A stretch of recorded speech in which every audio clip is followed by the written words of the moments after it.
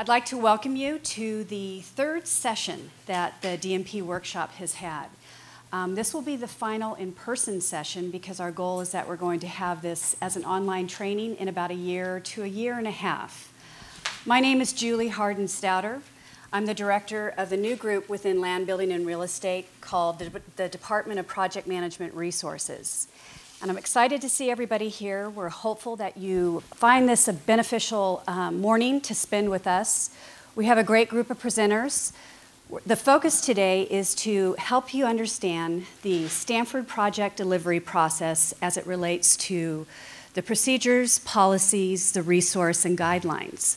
So we basically have split this into three parts. The first one, it actually sort of makes sense, is the project initiation.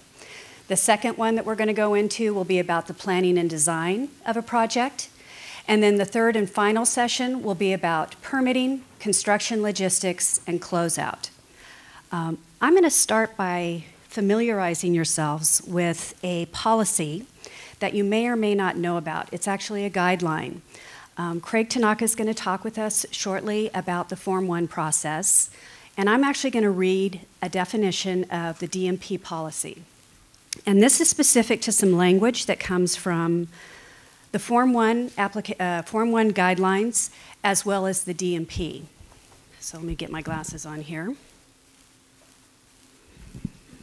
The DMP guidelines provide a basis for a consistent standard of management and delivery of facilities projects and studies that are not managed by LBRE. LBRE requires that any department that elects to undertake a DMP project must attend an LBRE-sponsored training session. Department participants shall include both the individual that authorizes the DMP that signs off on the Form 1. This is generally your administrative dean or your vice president, and the staff that will manage the project, which is basically all of you who are here today and people who attended this prior to today. So I had mentioned that I am the director of a new group within land building and real estate, and I'm going to give you a little bit of information about it before I bring Craig Tanaka up.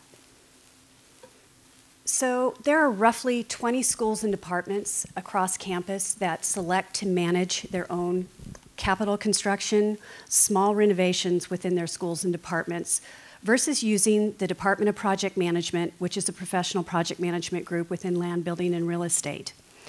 Your projects vary in size and complexity, and they also vary on skill sets. Some of you have a piece of facilities, a piece of project management in your job description. Some of you do finance, some of you do other administration. So our goal today is to be able to help you understand the piece that's focused on project management. We are here as a resource to be able to help those that have experience or that do not have experience. And what was found over the last few years is that there's never been a central resource for you. So some of you have gone to Laura Goldstein for some questions. She's the director of Department of Project Management. Some of you have gone to your zone managers. So now you have a central resource in myself and my colleague, Michelle Dewan, who is sitting over to the left. She's the project management resource analyst to help you with the resources as it relates to the Stanford process. So our mission is to be there for you. Our goal is to make sure that you're aware of the resources, understand the policies, what it takes to set up a project, who the different groups are that you need to factor into your decisions. You're going to hear from contracts today, the controller's office today. You're going to learn all about our jurisdictions and even more than that. We're hoping to provide you with web-based training. Right now, the training that you're getting today is exactly what we have, where we're doing a dynamic exchange with you, hoping that you'll be able to take some things away.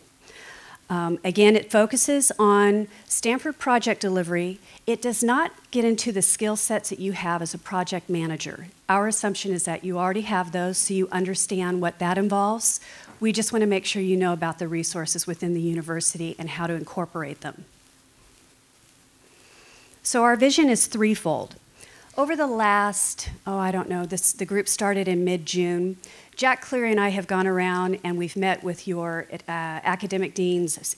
We actually met with the academic deans at the cabinet, but also administrative deans and vice presidents to talk about the purpose of this group. And it's threefold. Number one is that we're here to share information across all of the schools and departments of the projects that are going on within the university at the DMP level. We also can share information within the Department of Project Management if it comes up, but our focus is really to be able to let you know what's going on campus. Maybe there's a project that's similar to what you're trying to achieve so that you can connect with that project manager and share resources, experiences, lessons learned. So we're meeting monthly with the schools and departments to share the list with you across the whole university and be able to track those projects for you and provide you with any resources that we can possibly offer. The other piece of this is we are the point of contact with our primary jurisdiction, which is Santa Clara County. We're roughly 75% of their business. And although our campus is huge, and you're going to hear about that from Catherine and Charles later about how the land's spread across multiple jurisdictions, the majority of our projects do go through Santa Clara County, which means your plan checks that go through your permit process. You're going to continue to establish those relationships, maintain those relationships, but when there's any issues that come up with where your permit is in the queue or why you're not getting inspections, a lot of this is determined on schedule. It's determined on what you're going to hear me talk about a little bit later in the morning, submitting complete plans. We're here to find out that information for you and help you facilitate that process to get your permits, to get your inspections, but your primary responsibility still remains the same on submitting and following that process that the county has. So our goal basically is to make sure that you have successful project delivery, not to complicate it. There's going to be a lot of information today. I know it's overwhelming, and we hope that you take away the key components, and if you have any questions, please do reach out and follow up with us. The last couple of pages of or slides, I should say, of everybody's presentation is going to be helpful links, and what we did is we provided one for the DMP policy. Michelle and I are working on our website. We're hoping to actually have a presence on LBRE's website probably into this year, first part of next. And that's where a lot of resource information will be housed, and we'll reach out to you and let you know when that's established. And in the meantime, your contact list has our information. What I'd like to do is introduce Craig Tanaka. He's a director of the Department of Capital Planning. So good morning, everybody. As Julie mentioned, my name is Craig Tanaka. I'm the Director of Capital Planning here at Stanford. I'm here today with my colleague Elise Johnson, who's sitting up at the top up there. And one of our primary responsibilities is coordinating the university's capital plan, which we're in the process of doing right now. So I've met with many of you on that topic. But we also have responsibility for administering the Form 1 process, which is the process that I'll focus on today. So we're going to cover basically 3 areas of the Form 1 process. They're outlined here. Basically, we're going to go over what a Form 1 is and how that process works, the types of projects or initiatives at Stanford that require a Form 1, and also some helpful hints on entering and submitting Form 1s into the system.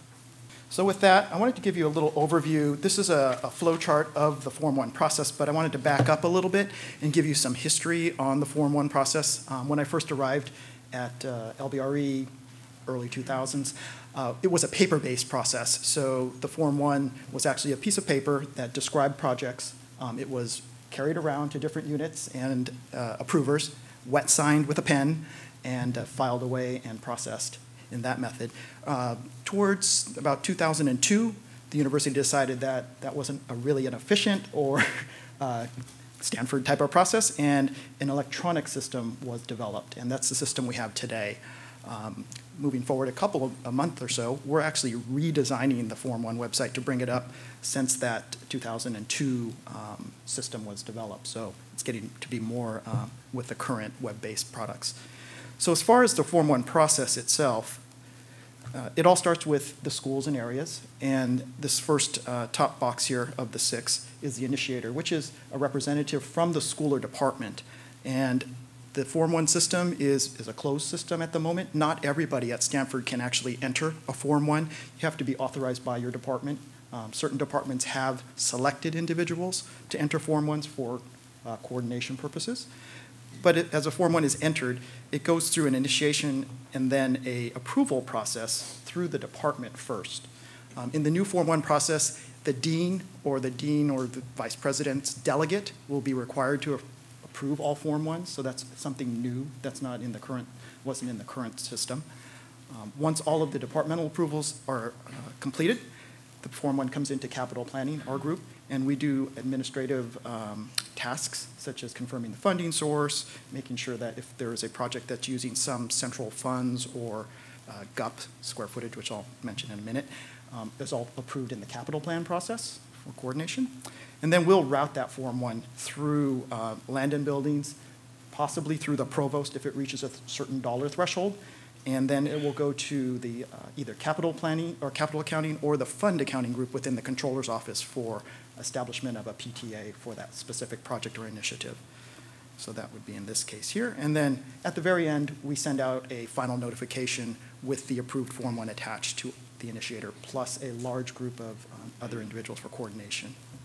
As far as the initiation process, this is sort of the bullet points of what I just described, but when you initiate a project, you'll need to have certain information already available. Project description. In case of DMPs, the individual who's selected will need to be submitted as part of the Form 1. And you'll need to know your project budget and a funding source for processing through the controller's office. At the very end, the approvals and the PTA setup are sort of the final output of the Form 1 process. So you may ask, what types of projects require Form 1s? There's a long, extensive list on the Form 1 policy, which is on our website. This is sort of the high level of just general types of projects. Of course, new construction requires a Form 1. Building renovations also require Form 1s. You can see here different types of studies will also require Form 1s. It's important to know that the Form 1, in addition to establishing a project account, is also a coordination tool for the university. So if you have a planning study, there would probably be a benefit to having that particular initiative reviewed by others who know future plans for the university, such as the university architect, campus planning. Some of the zones actually get involved with these Form 1 reviews also. At the very bottom, there's a bullet about central funds. Those would be in reference to debt or some other types of central funds, such as facilities reserve or capital facilities funds, that would be used potentially for a project to move forward. Kind of a rule of thumb, if a project requires a permit, generally a Form 1 is the appropriate method to submit that project. Some helpful hints on maybe what to be aware of before you enter a Form 1. Again, as I mentioned at the very beginning, only selected individuals from each unit can be entering Form 1s. If you are somebody that desires to enter a Form 1, we would urge you to coordinate with your central unit to get into the Form 1 system as an authorized user. Scope, budget, schedule are also important aspects to all projects, and there are certain fields within the Form 1 submittal that require input on those. And funding source, of course. We cannot process a Form 1 without a funding source for this specified budget. And if you have, again, central allocated funds, or if you're using square footage from the general use permit, which is Stanford's basic framework to build on the campus, those all need to go through a vetting process with the capital plan. So we would look for that for any projects that had those types of items on them. And this is just our version of the helpful links that Julie mentioned.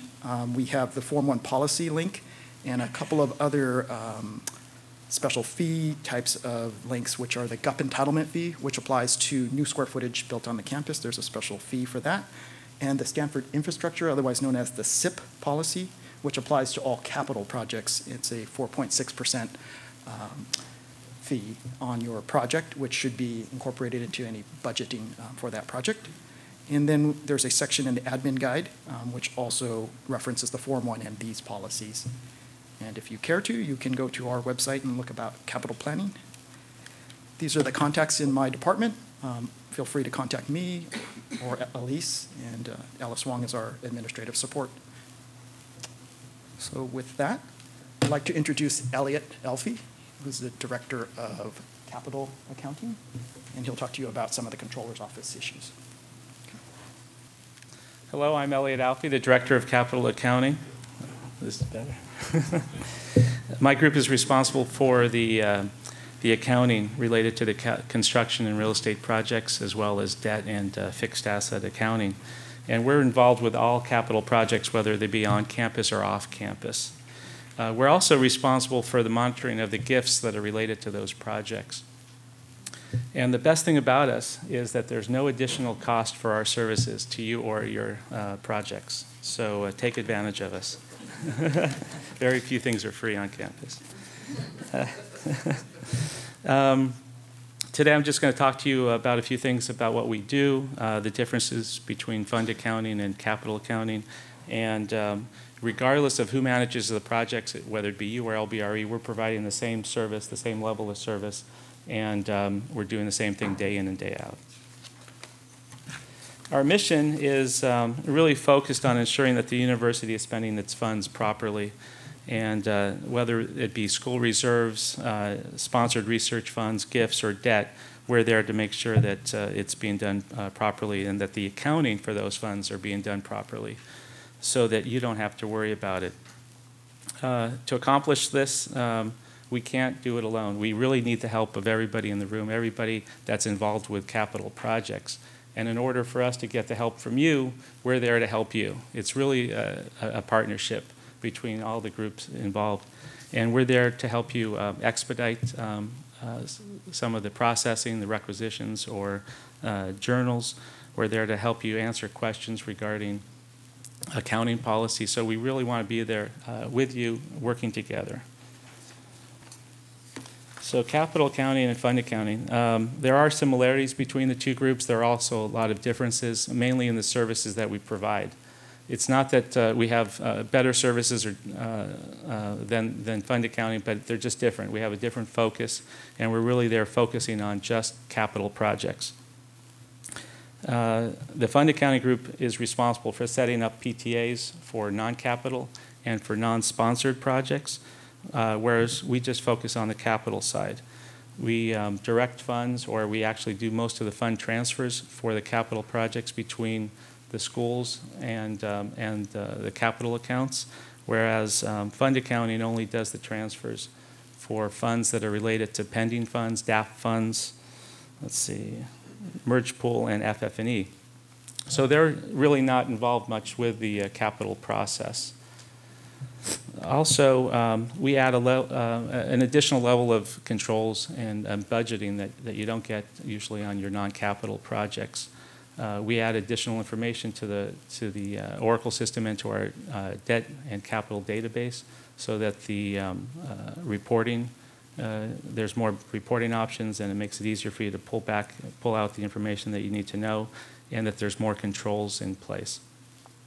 We're also there to, as I mentioned before, as a resource to you for accounting policies and procedures, and to help you with anything related to the project other than construction and project management. You're going to have to go to these people for that.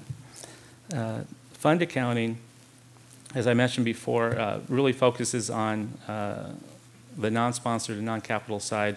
So if you have any questions, you should be directing them to us. And if you have non-capital projects, we also just want to let you know in advance we're working with fund accounting to enhance their budgeting and control process for non-capital, so you'll have more budget controls and reporting probably around January. And that will be a nice addition to the system. Other important things about capital projects. Capital projects are generally $50,000 or more. That's not always the case, but that's a general rule of thumb. Projects that are related to fixed equipment and modular equipment, which require a capital project to be created, it drops down to $5,000.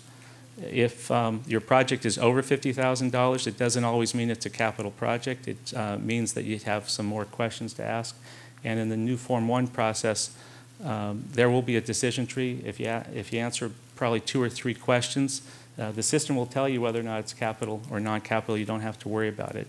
It just automatically routes it in that direction. Also, requisitions and journals. I think I mentioned before, we have en routing for all requisitions and journals related to capital projects. We review it and approve it. We're looking at it based on whether or not it's complying with the university and external accounting policies.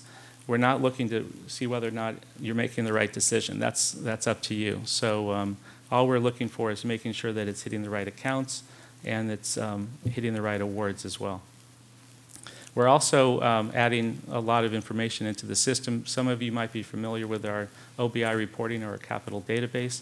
And we try to pump up the information that's put into the system so that we can get the information out more easily, whether it be related to the construction side or the debt that's being used on that, or the debt, the service fees that are being charged to you from those projects.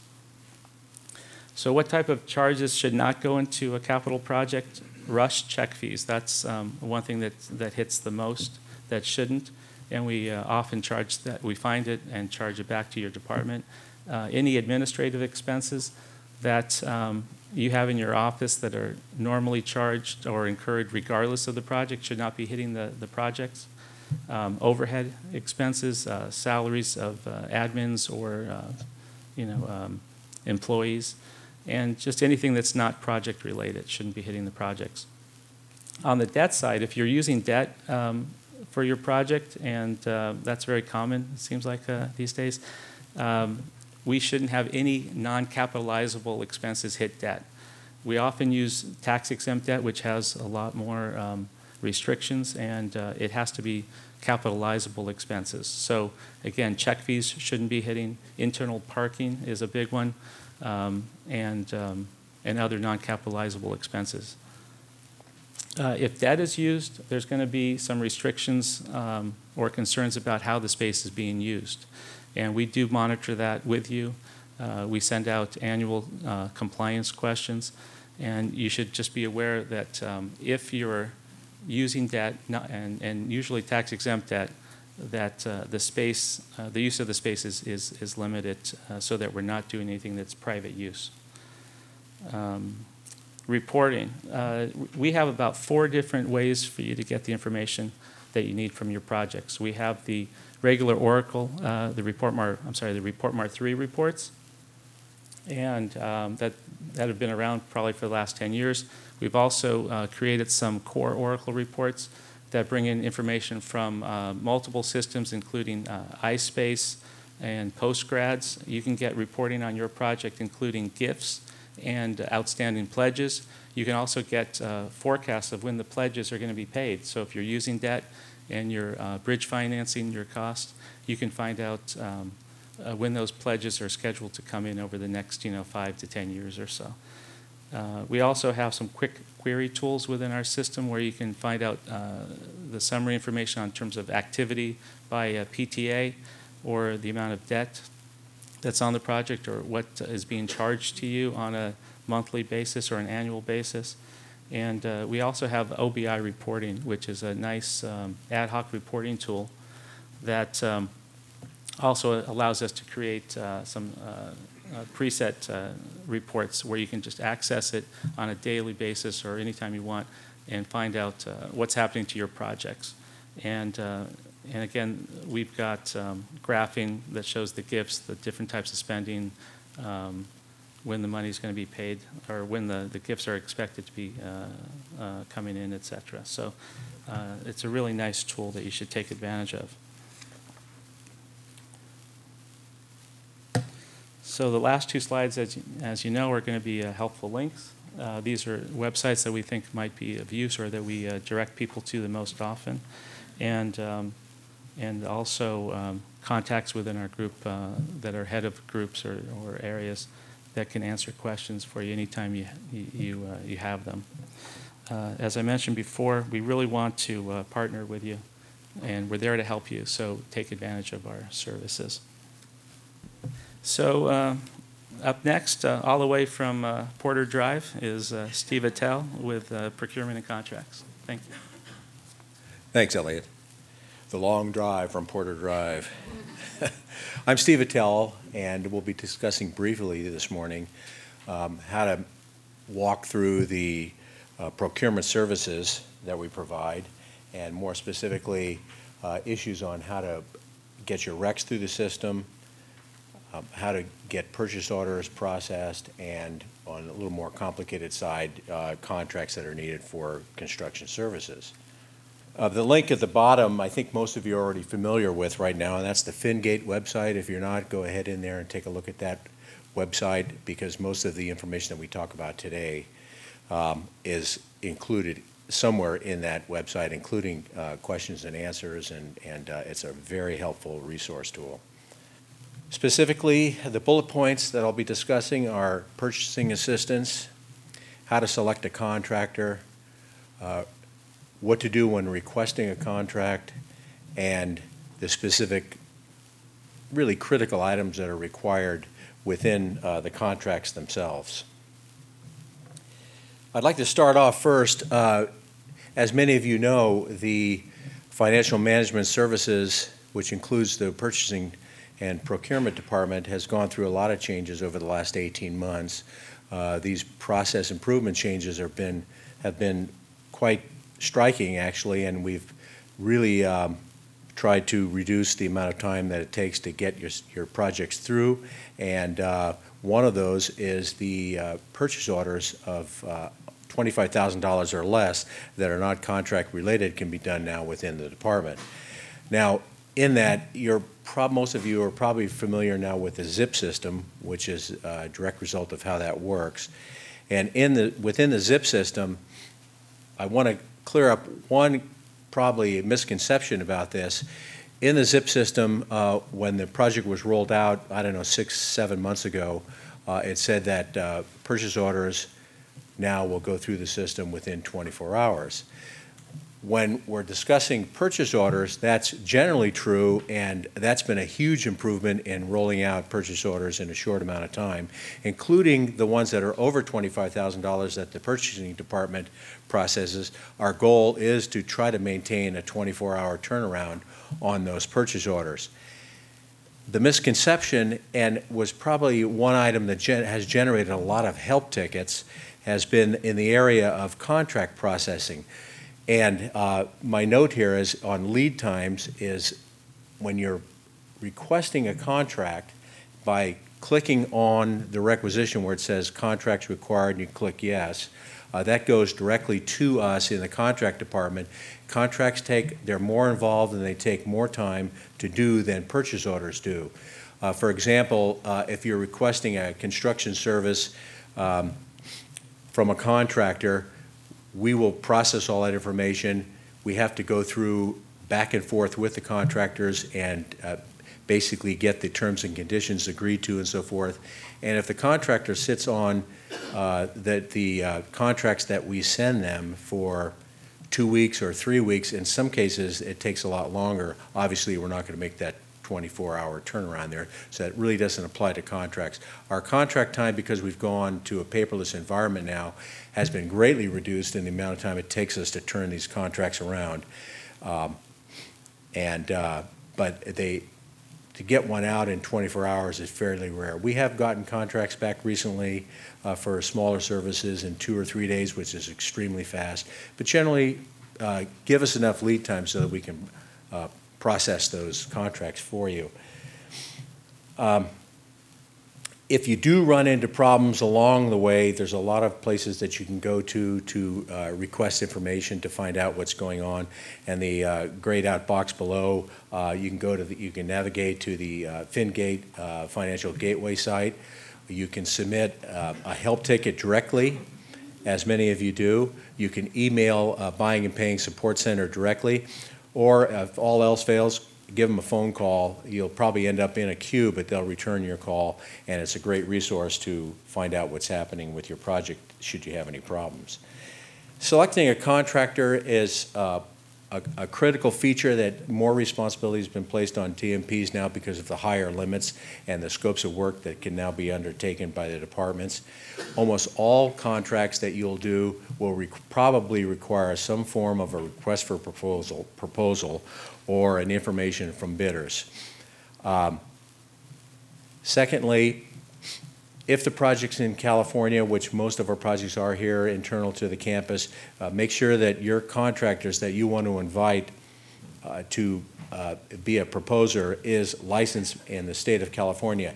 Make a note of this website. This is a really good website that everybody can use. It's a simple one that's developed by the California State Licensing Board.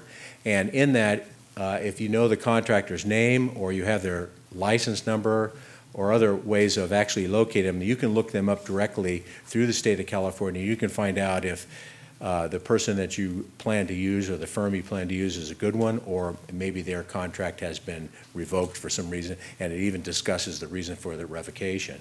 So use that. If the project is out of the state, this probably is not going to apply. For example, if the project's in Peking, you're probably not going to want to use a California licensed contractor because it won't apply there. In your RFPs, include a sample template that you plan to use for your project.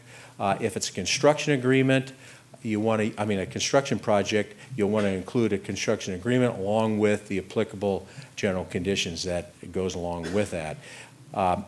You can contact any of us in the contract department. We'll be glad to forward you the most current templates to use for developing your RFPs. One note at the bottom on union versus non-union contractors. The policy at the university is not to make any preference toward union or non-union use, and we don't. But because in this area, most of the contractors and subcontractors that we use on construction projects are primarily union contractors. There are a lot of non-union contractors that are used on campus for smaller projects. If you do contemplate using a non-union contractor, give Jack Clary's office a call and discuss that with them so that we don't run into any of these issues by having possibly a non-union contractor working alongside of a union contractor that might precipitate some sort of a problem. So give Jack a call on that one. Requesting a contract, the better the information that we receive in the contract office on your requisitions and with your attachments, the faster your project will go out the door, the quicker we'll be able to get a contract. If you do not click on your requisition contract yes, then that particular requisition will be assumed to be a purchase order, and it'll go over to the purchasing side to be processed as a PO. If you click contract yes, then we will get it on the contract side and we'll start working on your contract for you. A real important feature on this, and it hasn't changed, but the start and completion dates, which in the past have been omitted on a lot of requisitions, make sure you include the construction start date and your anticipated completion date. Now, don't pick these two dates out of the sky because especially the completion date may have legal consequences. And if you have a claim later because your contractor did not finish the project on time and you hoped that he finished that project on September 15th, but you included December 31st, you're going to have a hard time basically arguing that point of why he didn't finish that project in time. Most of the projects that we work on the campus here are time sensitive because of the academic calendar and other things that are going on. So make sure that there's some meat behind the dates that you select on there, because that's the dates that we will use in the contract that is legally binding. Include complete information in your requisition on the project manager who will be managing your projects for you directly. That includes the correct address, the mail code, phone number, fax number, and especially the email. And if you use an admin person in your department who actually will process your invoices that come in, include that person's name and that contact information as well, because we include that in the contract, and that's where the contractors will actually forward the invoices for processing. Insurance certificates will also be required in this process along the way. The supporting documentation that's used to develop your project, like the RFPs or maybe information for bidders, including addenda, if any, all proposals and bids that you received in selecting your contractor, attach those into the Oracle requisition under the PO number. And keep in mind that the Oracle system has no file sizes, so it makes no difference how large or small your file is that you want to attach in there, include it into Oracle, and that'll stay for probably forever within the Oracle system and can be retrieved. We used to work in a paper environment. As I mentioned earlier, we've gone paperless. So everything that we do now, we attach in the Oracle system, and for archiving and legal retention, that's where we find the data. So attach that in the Oracle system. Competitive bidding is an issue that still is a little problematic on some projects that we receive. And remember, competitive bidding is required by the Admin Guide 51 on all projects, or sole source or single source justification is approved also. If you go to a sole source, and we don't take an exception to that unless the sole source justification is a little bit weak, and an example of that would be, well, we like to use this guy because he really knows our department, or he's done a lot of work for us in the past and we'd kind of like to continue with him. Those aren't good sole source justifications. So if you have any questions about how to do a sole source justification, take a look at Admin Guide 51 and it'll walk you through that process. It's really not hard. Requirements for all contracts. When you receive your proposals back for the contract that you selected, quite often the document that you receive back is his scope of work, along with terms and conditions, and in many cases it actually looks like a contract template, because at the bottom of that proposal there's a box there for the supplier to sign and some representative of the university to sign as well. Do not sign these documents when you get them. Forward them on to us unsigned, because if somebody in the university signed those documents, theoretically you might be obligating to the university when you're not authorized to do so. We will look these over with a fine-tooth comb, make comments on them, and go back and forth in the process of issuing a contract, and at the end, through our signature process, we will execute that contract. So just be careful. Form 1s, as Craig mentioned earlier, is a process that's required by all contracts and purchase orders. Insurance, just briefly, insurance is required on all contracts and purchase orders. That's not a new policy. That's always been enforced. What is new about the insurance process is that the minimum amount of insurance required for general liability has gone from $1 million up to $2 million. Now that doesn't seem like a lot of money on an insurance policy, but we get a lot of pushback from small firms, especially one-man firms and so forth, that will tell us, hey, we don't carry insurance. If you get into that situation, you might want to ask yourself, do I really want to use this person that doesn't have insurance? Now, they can go out and get insurance coverage on your projects, and so keep in mind, insurance is a critical feature. It's one of the main ways that we manage and balance the university's risk profile, and without insurance, you go bare, and who knows what could happen. Somewhat new to the contracts, and it's usually attached at the back of the contracts in the exhibits, is the California State 2010 Labor Checklist. This is a checklist that needs to be filled out by all contractors doing work for us.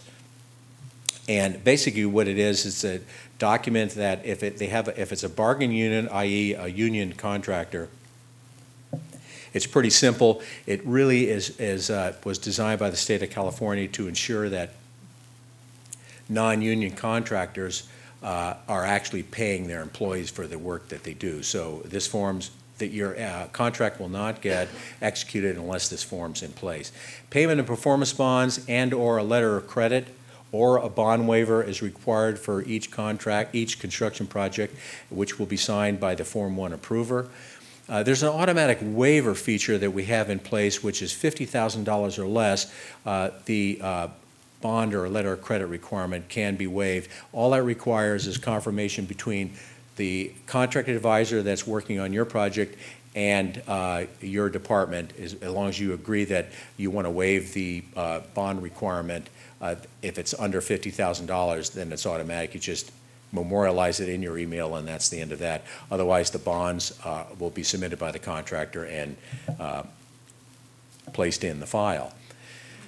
California sales tax, and I guess as a result of the election last night, will be changing again. It changed again this year.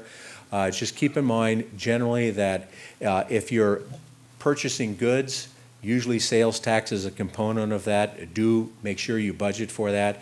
On the services side, sales tax is not a component of that, and so you don't have to worry about it. On a construction contract, though, usually the sales tax is included in the proposal, so you really don't have to click sales tax or include that in your requisition because it's covered in the proposal as one of the components. Stanford University Living Wage Guidelines, which has been in force now for 3 or 4 years, I believe, is required on all contracts, and this is not to be confused with the California state minimum wage and federal minimum wage guidelines. They're completely different. This is a internal guideline that all of our suppliers that work here on the campus have to comply with. And the last 2 items are fairly new. The data security clause has become a very big issue. This is an IT requirement, and loss of data is something that we're all working hard to prevent. This particular clause is a real tough one. It's in every construction contract, and just so you know, at least in my experience, it's one of the items on our construction contracts that I get a lot of pushback on from our suppliers. It's a very tough one. It's a document, or it's a clause that's in our contract that generally is non-modifiable. Ironically, most of the information that's in the data security clause is really not applicable to most construction contracts, and that's something that we'll vet with the contractors and suppliers along the way if you do get some pushback on it. Use of Stanford University trademarks is something that's become more prevalent over the last couple of years, and this is the unlawful use of anything that Stanford trademarks as an icon, a title, or whatever.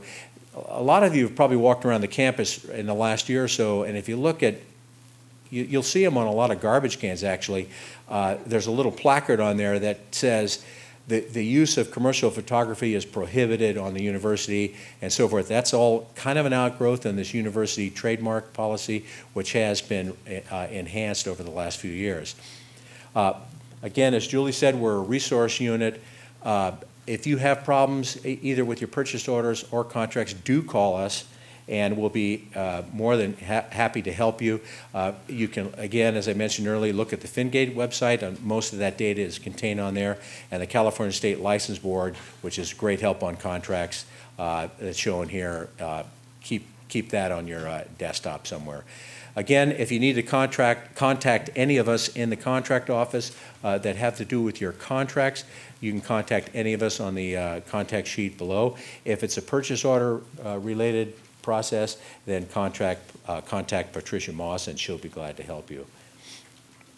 Next up is Judy Chan, and she'll be discussing space planning. Thank you.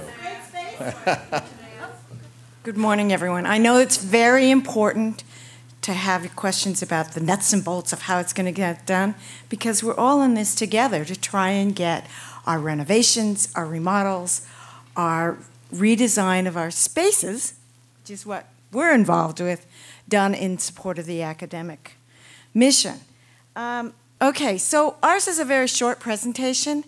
We're basically the Space Management and Planning Group, and I'd just like to review for you that there are all kinds of space. It seems obvious, right? We've got offices, we've got classrooms, we've got office services, we've got dry labs, wet labs.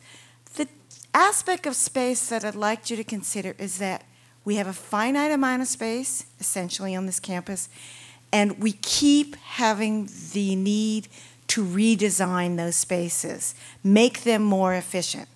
So on my left, your right, is a newly designed classroom space in the School of Education. I'd like you to go over to Ona's here.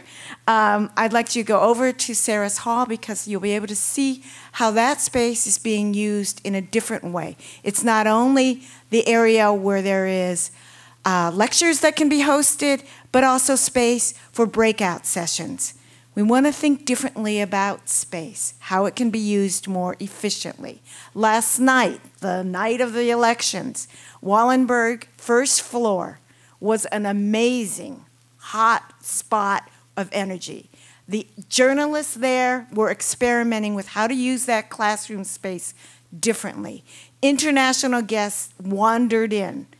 Brian's smiling because the registrar's office are in charge of that space.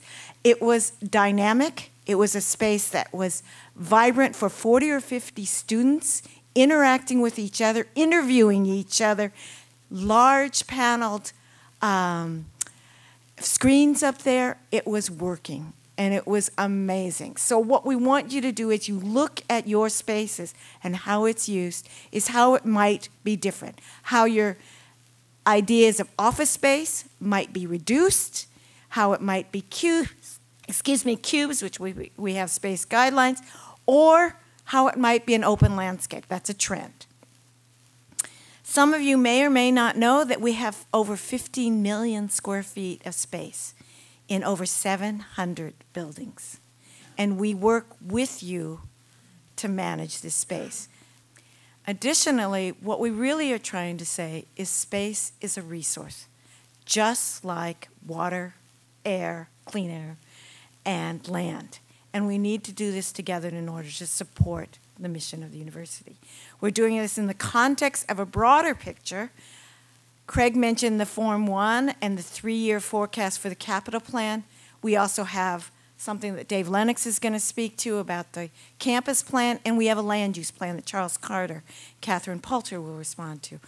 They all fit with something we call the space management plan. We work together to look at the biggest picture for the longest distance and time that we can manage the space. So where you might think your individual project to remodel a lab or an office or to try and look for space may not be a part of the whole, it is. And that brings us to near-term space needs. A space request that you cannot accommodate within what is assumed to be your assigned space may need to be looked at a different level, at a central level. And look at us to assist you in that process of formulating what the right space is to meet your program needs, but also where it might be, what affinities might be best worked through in collaboration with you. We're a resource, as these other colleagues of ours, to help you with your management of space. Additionally, we have the Space Charge Program, and a big part of that Space Charge Program was the development in 2008 of space guidelines. They still are viable, they still work. In fact, we have many examples of where they have been very successful in the units in managing space. Also, one of our tasks and our charge is to work on fit studies, as I mentioned, and analysis of space utilization. Another aspect, as you know, the central campus is about 1,800 acres of land. We're at the point where we are needing to move off campus. We have something called South Campus, Porter Drive. I reside there. Many are moving out there. We have something like the lands in Redwood City. If we move out there, some groups are moving out there. And we also have lands out to the east. There's mostly for storage, Livermore and Newark, but we are moving the campus outward. And before you can do that, before you can look for engaging in a lease or rental agreement, you must look at Administrative Guide 54.3 and get it approved through the Vice President of Land Building and Real Estate and the CFO's office. That is part of the process of requesting to look off campus and engage in a lease document. Like my colleagues, there are several websites you can check out to get more information, to get access to the guidelines that I mentioned, to look at policies about modulars, classroom replacement, if you decide to go that route, mostly that's big buildings, or how you're going to store materials. We're trying to encourage people to keep less, go wireless, go in another form than paper, start scanning now. We don't have much storage space on the campus. Contacts again are myself and Tori Wolf, and we're happy to be here to assist you. Now I'd like to introduce Charles Carter, Director of Land Use and Environmental Planning. Thanks, Judy. We're going to talk about jurisdictional entitlements today, and some of you may even wonder what that is. So basically, jurisdictional entitlements are talking about land use permits that precede any building permits, an environmental review that has to happen under the California Environmental Quality Act for any land uses that occur in California. I'm going to give more of a broad overview, and then I'm going to turn it over to my Associate Director, Catherine Palter, who's going to talk about the specific land use regulations that apply primarily to the Central Campus. We're going to look at jurisdictions, as I think as Julie mentioned earlier. Our land is spread out over a number of jurisdictions. We're going to say a little bit more about land use permitting and environmental review for off-campus space, and then we're going to focus primarily on the general use permit, which regulates land use on the main campus and affects most of the departmentally managed projects.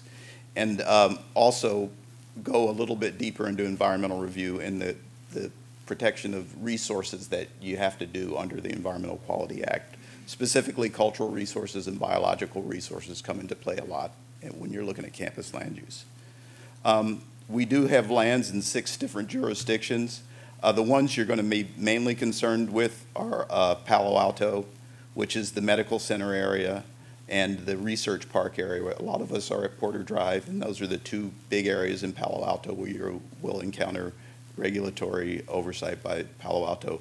We also have lands in Menlo Park. That's the red areas on the map. A big piece of our land is in unincorporated San Mateo County. We don't have a general use permit with San Mateo County, but individual university facilities in San Mateo County generally operate under separate use permits.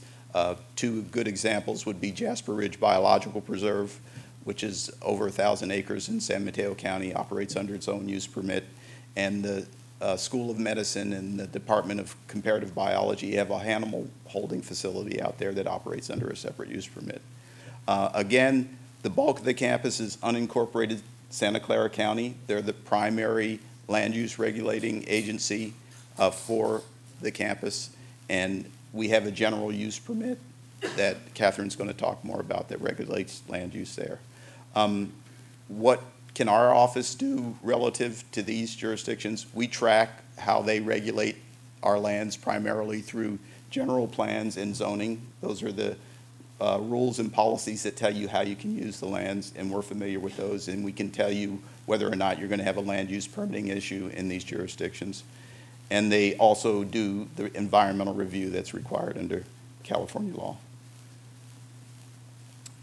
Judy mentioned off-campus space, how we're growing outward and needing to look off-campus to accommodate our space needs.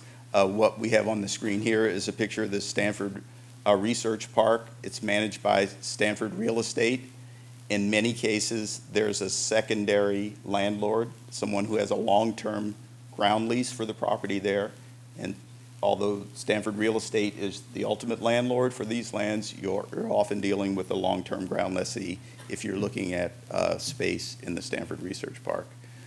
There's a number of specific areas you need to look at if, with respect to land use regulations if you're going off campus. The department will be responsible for confirming that the use and the construction conforms to local codes. Building permits, that's you and your contractor will be primarily responsible for that. If you need help understanding whether or not the use is allowed in the jurisdiction, we can be a resource and help you out there. You're going to have to comply with local design review and building permit processes. A design review process is generally where an agency will look at a project and say it's consistent with the land use regulations that apply there. And then, again, the department needs to provide the resources to get through these processes. Here's some specific points that we want to make about lands in the research park under Stanford Real Estate. Again, you might be dealing with 2 landlords. Ultimately, Stanford's the landowner, but there may be a long-term ground lessee in there. Stanford Real Estate does look at design and utilization of facilities in the research park, so you may have to go through a design review process with the real estate office. And real estate needs to track which lands are taxed and which lands are tax exempt. So as we move into these off-campus areas, you're going to need to provide information to real estate about university use so we can keep track of our tax status of our properties. As I said earlier, the big part of regulation of land use on campus comes under the general use permit. It's a permit that we obtain from Santa Clara County that regulates land use, and it's a fairly complicated process that we're all quite familiar with now, 12 years into it. And Catherine Palter is the person in our office who has primary responsibility for oversight of the general use permit, and she'll talk to you about how to get your projects through the general use permit process. Thank you, Charles. You might wonder why we even have a general use permit or a GUP.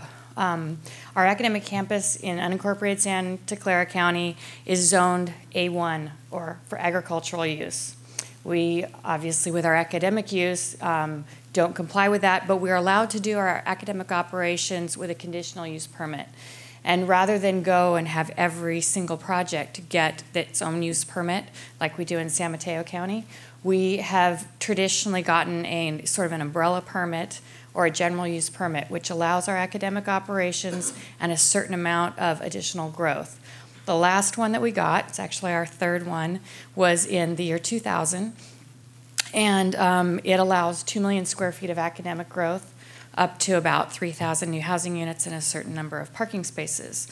With that allowance by the county for us to have that growth, they also say, but you need to comply with conditions of approval, and in this case, it's more than 100.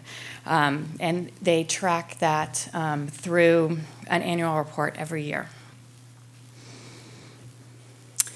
Now that we have the general use permit, we focus on architectural and site approval, which is the county's planning approval that's required before building permits. ASA is generally required for new buildings or any projects that affect the exterior of a building or the site. So some of the interior models might not need ASA. And our office, which I'll call LUEP, or Land Use Environmental Planning, has developed a Blue Book guide on how to get through the ASA process. It's a combination of instructions about the process and also the very important GUP checklist. The GUP checklist is a way to record very pertinent facts about your project, the size of it, the number of parking spaces, whether number of trees you're taking out, the change in impervious surface, and it helps you walk through those 100+ conditions of approval to determine which might specifically apply to your project. The project manager is responsible for doing a draft of the GUP checklist and the county's environmental information form and providing that to our office for review. And once we've done that, then we can prepare the petition for use of a prior CEQA document, which is what we provide the county to say that your particular project fits within that umbrella GUP approval, and therefore your project can use the GUP EIR that was approved in the year 2000, and you won't need to do any supplemental environmental analysis. One of the key tasks in the GUP checklist and in our annual reporting is counting and tracking the gross square feet of your project. And this is, again, focused mainly on new buildings. There are some instances where an internal remodel might change the gross square feet. For instance, if you had a two-story space, you created a two-story space from what was 2 stories, that might reduce the square feet. But generally, we're talking about additions or new buildings. We have memorialized the methodology, which is a little bit unique, with the county in this, this document here that's in the year 2009. What can be a little bit confusing about GUP square feet, you'll hear it in 2 different instances. What the county and I care about are the physical changes to the inventory. So you might also hear it, you'll hear the word GUP square feet in relationship to the GUP entitlement fee, which is something that Craig Tanaka focused on. The university has a GUP entitlement fee to help allocate and recharge money to pay for those 100+ conditions of approval that we have. So That focuses more on programmatic changes. So if you have a project where you're expanding a certain building and you are giving back space to the provost, you might, with Craig's group, have a net gross square feet that's lower, and that's what your entitlement fee is based on. But that is separate from what the county looks at. The county doesn't care how your program is changing, they just care about physical space. So I know I'll always try to be clear we're talking about physical changes, but just be aware there sometimes can be some confusion around that. The gross, excuse me, the gross square feet is counted at the ASA stage when you apply for your permit, and it's considered somewhat of a draft number. It is formally recognized at the building permit stage because sometimes there can be design changes between ASA and building permit that might affect your size. One other very important aspect, probably focused more for people that are dealing with student housing, is the counting and tracking of housing units. And these, for the purposes of the GUP, are associated with construction for changing the number of housing units. So, for instance, stuffing and unstuffing student housing and changing the number of students we house is not tracked under the GUP. It only has to do with the construction process. In addition, faculty staff units and student beds are counted differently. When you think about student beds, it is the number of students housed. So if you have a dorm room that's a double, that is considered 2 beds, 2 student housing units. For faculty staff units, it's about the faculty members or staff members that are housed. So whether it's a 1-bedroom unit or a 3-bedroom house, it doesn't matter. That would still be 1 housing unit. The county has now required that all of the housing projects have a letter from our LUEP office that will document this for their files. And it's generally pretty straightforward when there's an ASA involved because we are involved with the GUP checklist. But even on a renovation project where our office wouldn't necessarily be involved, it makes good sense to come to us to get that letter from us into your application and avoid any schedule delays when you're told later to come get that letter.